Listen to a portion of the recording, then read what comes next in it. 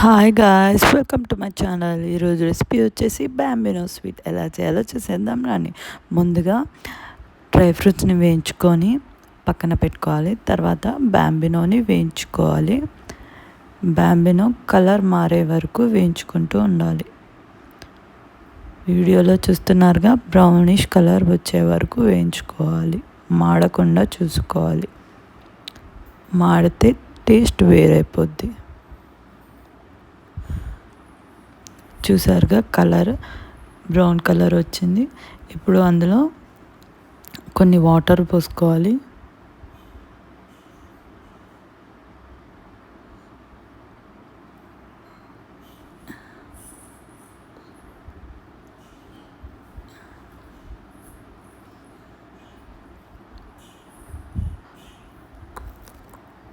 సరిపడేంత వాటర్ పోసుకోవాలి. తర్వాత మంచిగా కలుపుకొని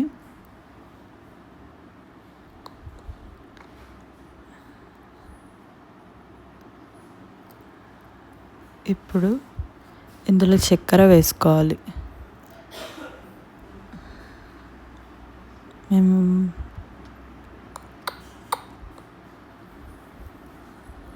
తర్వాత ఇందులో ఇలాచి పొడి వేయాలి.